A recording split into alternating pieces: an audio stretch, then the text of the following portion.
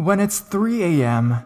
and you're stuck alone in some huge, dark, abandoned building with so much history, how can you not see ghosts? Grab a blanket, turn off your lights, and let's take the graveyard shift to patrol the next floor with 5 true graveyard and night shift ghost stories. Follow me.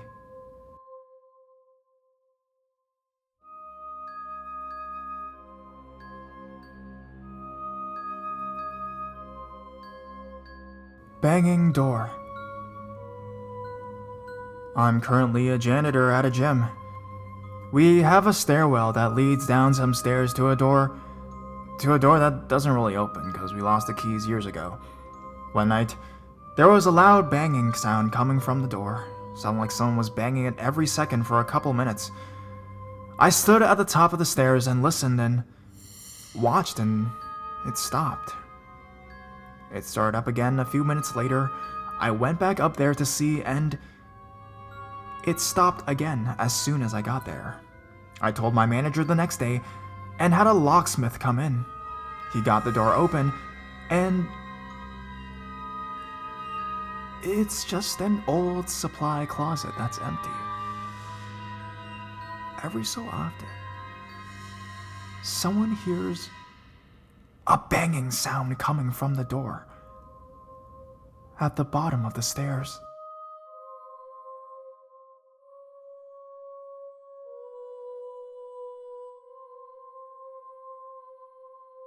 Floor 23. I posted this almost a year ago on my old account, so here we go. Oh boy, you guys would love where I work. Weird things happen here all the time, but I'll just talk about one of the creepiest moments I've ever experienced here. I work as a security or nighttime attendant at an apartment building. It's 24 stories and one of the oldest buildings in the city. One night, I'm sitting here when the phone rings at about 3 a.m., and I answer. Hello? This is me at the front desk. How can I help you? The voice on the other end sounded female, but was totally garbled, and the only bit I could make out was 23rd floor. I tried to tell the person I couldn't understand them and asked what apartment they were in. But again, garbled response and 23rd floor. After the third time of trying to understand them and the same response, I said since I couldn't understand them, I'd come up and meet them in the hallway. So I go to the main elevators, and both are up on the 23rd floor. Luckily, we had an old service elevator, and it's only on the 7th floor, so I call it down. I get it, and hit the button for the 23rd floor, but it won't move, and the inner door won't close. So I go to unlock the reset panel, and boom, we start going up, door still open. I'm freaking out, and the elevator is shaking because it's going pretty fast and is quite old. As I'm going up, I just stay towards the back, and finally I reach floor 23. I step out, door closes just fine, and I look around the hallway. There's nobody around. I walk along slowly, trying to listen for anyone awake who might have called. But there's nothing. So now I head the opposite direction and go towards where the regular elevators are, and when I get there, they're just sitting there with their doors open. I was pretty freaked out, but I knew it could just be the elevators on the fritz. So I get in and figured I'll just reset them when I get to the floor 1.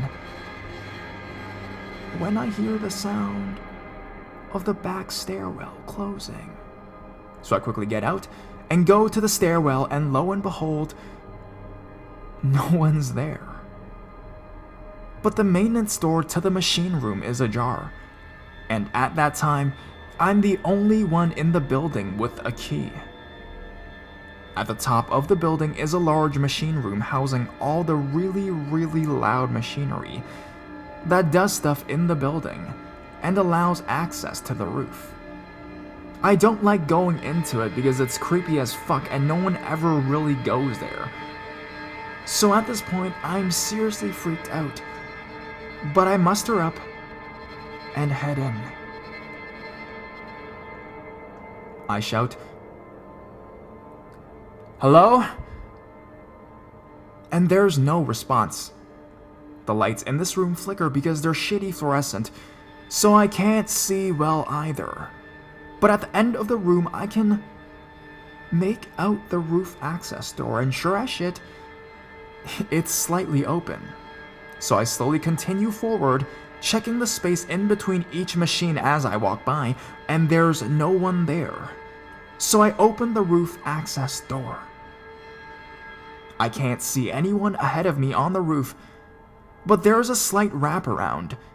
And if there was a jumper or something, I needed to be sure, so I stepped out and left the door ajar like it was. Almost immediately, the door is pulled shut. Now, I might have written off as windy or something, but this door is hard to shut and hard to fucking open. Really hard. I immediately grab the handle and hank it open, slam it behind me, and run straight to the maintenance door. It automatically locks when it's closed, so I slam it shut too and go back to the 23rd floor hallway. I get into the elevator, doors still open, and go all the way down to the first floor. I go back to the main lobby, and as soon as I sit down, the phone rings. I pick it up. Don't say a word. And sure as hell, garbled voice again, only audibly saying, 23rd floor. I hung up the phone, turned the ringer off, and spent the rest of the evening just staring at the parking garage security monitor. There's been a bunch of creepy things happen at this building. It's basically like Overlook Hotel at night. I walked past a dark room here on the first floor once, and I swore I saw myself standing inside it. The next night, as I'm inside said room cleaning, the lights flip off and I turn around to see a quick flash of myself walking past.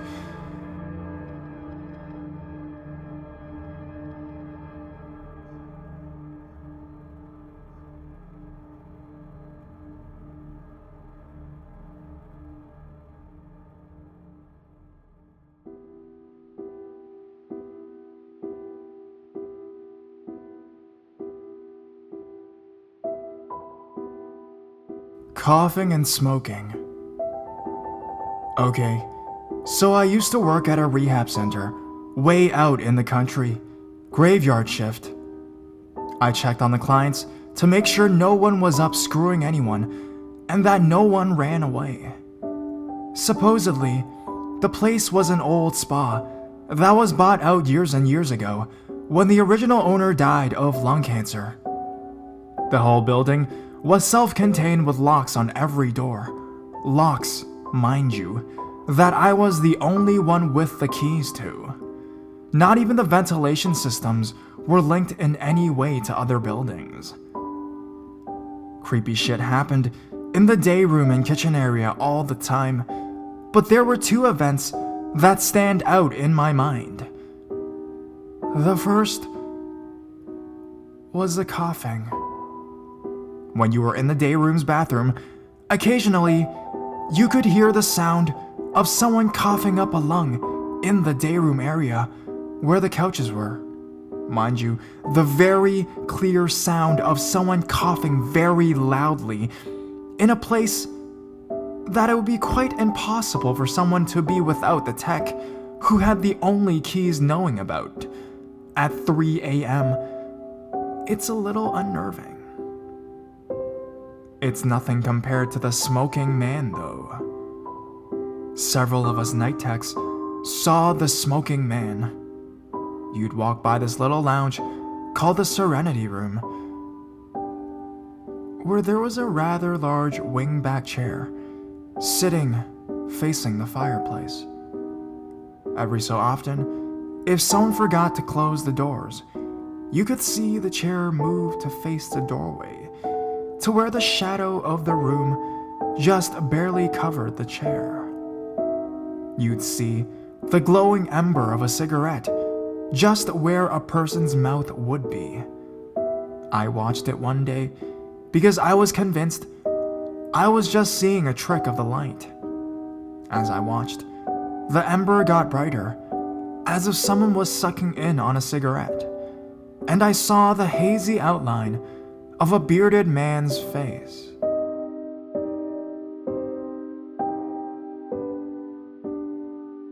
I hated working that shift.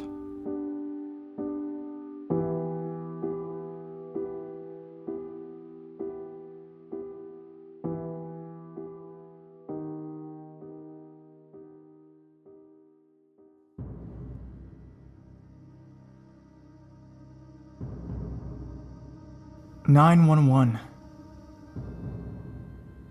I used to work in a hotel as a night auditor. The hotel is in a hamlet called Dead Man's Flat. The name is based off an old native tale. Basically, a man gets jealous of his brother and kills him near his farm, and that's where the town got its name. We would always joke that the hamlet was haunted and our hotel was built on top of a native burial ground. The hotel has 4 buildings, maybe about 80 to 90 rooms. In our winter months, we are very quiet, and there were times when we have no guests in the hotel for several days. So you show up for your shift, and you are literally the only person in the entire complex for 8 hours. The following happened on one of those nights.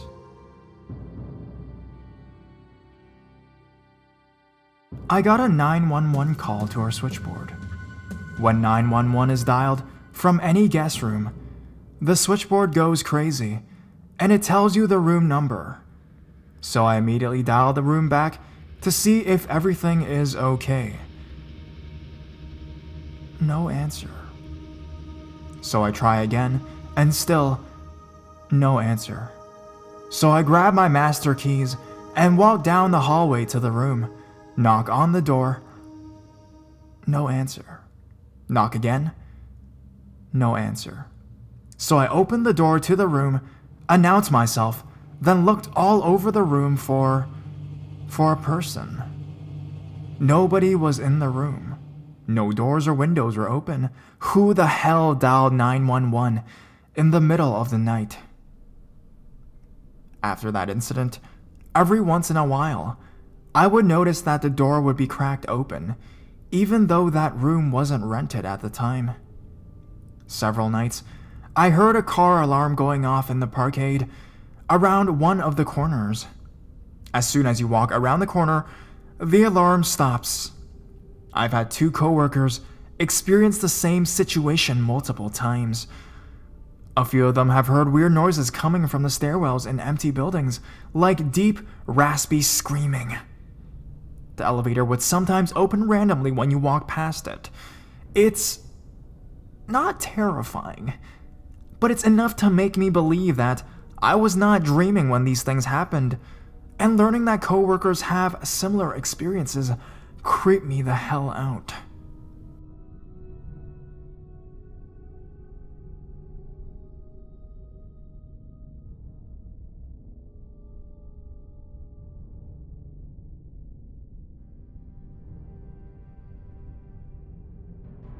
One big nope. Working in the 3rd largest building on the planet for floor space. It's about 3 a.m. on a Sunday, and I'm walking down an aisle in the middle of my department. At this time, the place was nearly vacant, as it was a holiday weekend, and we had only myself and a skeleton crew of maintenance workers under my direction working in another department, all of whom were males. As I'm walking by my office on the plant floor, the power goes out and the plant drops into the most absolute darkness I've ever experienced. Power gone. I hear the various machines spinning down to rest, and the silence becomes overwhelming relative to the background noise I've gotten used to. The faint sounds of running water become evident in the moments after the blackout, while I'd begin searching my pockets for my phone and flashlight if offered. As my hand found the phone, a scream erupted from somewhere nearby, muffled and distant. It was the kind of scream you hear from a 5-year-old girl in her first haunted house as the bloody clown steps around the corner and fires up the chainsaw. Startled me so bad, I immediately dropped my phone into an alternate dimension. The scream continued, a constantly fading note that seemed to be moving away from my position. Panicked and terrified, I fumbled around the dirty floor for my phone and found it seconds before the emergency lights lit the plant with the eerie glow of yellow light.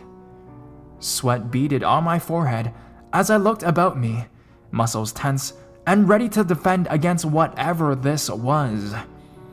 I turned my radio a couple times before I realized that with the power outage, the digital frequencies were useless without the receiver up in the main offices. I started to move through the various production lines towards where I assumed the scream had originated, mind working furiously. I had no woman in my crew tonight, and we were the only people allowed in the plant. So where had the scream come from? Details began to press into my mind that I hadn't noticed before. The apparent youth of the voice behind the scream made no sense. And it was a scream of pain, the kind you can't even attempt to control. It had faded away from my position gradually and then trailed off as if she had run out of breath.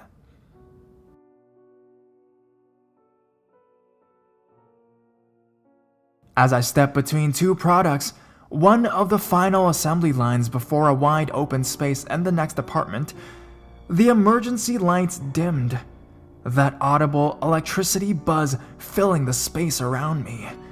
Struggling to understand what was happening, my senses were again knocked askew when the normal plant lights blazed to life above me, leaving spots across my vision for one moment and then forcing me to raise a hand to shield my eyes.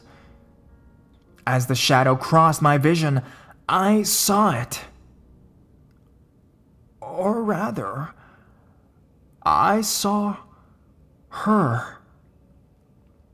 Only for that moment, she stood there, hand outstretched towards me, a vague outline, partially hidden behind one of our products.